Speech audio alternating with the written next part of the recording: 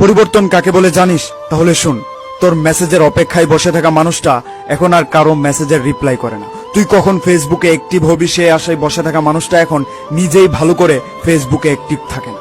তোর মেসেজের অপেক্ষায় রাতে না ঘুমিয়ে বসে থাকা মানুষটা এখন তুই ঘুমানোর আগেই ঘুমিয়ে পড়ে।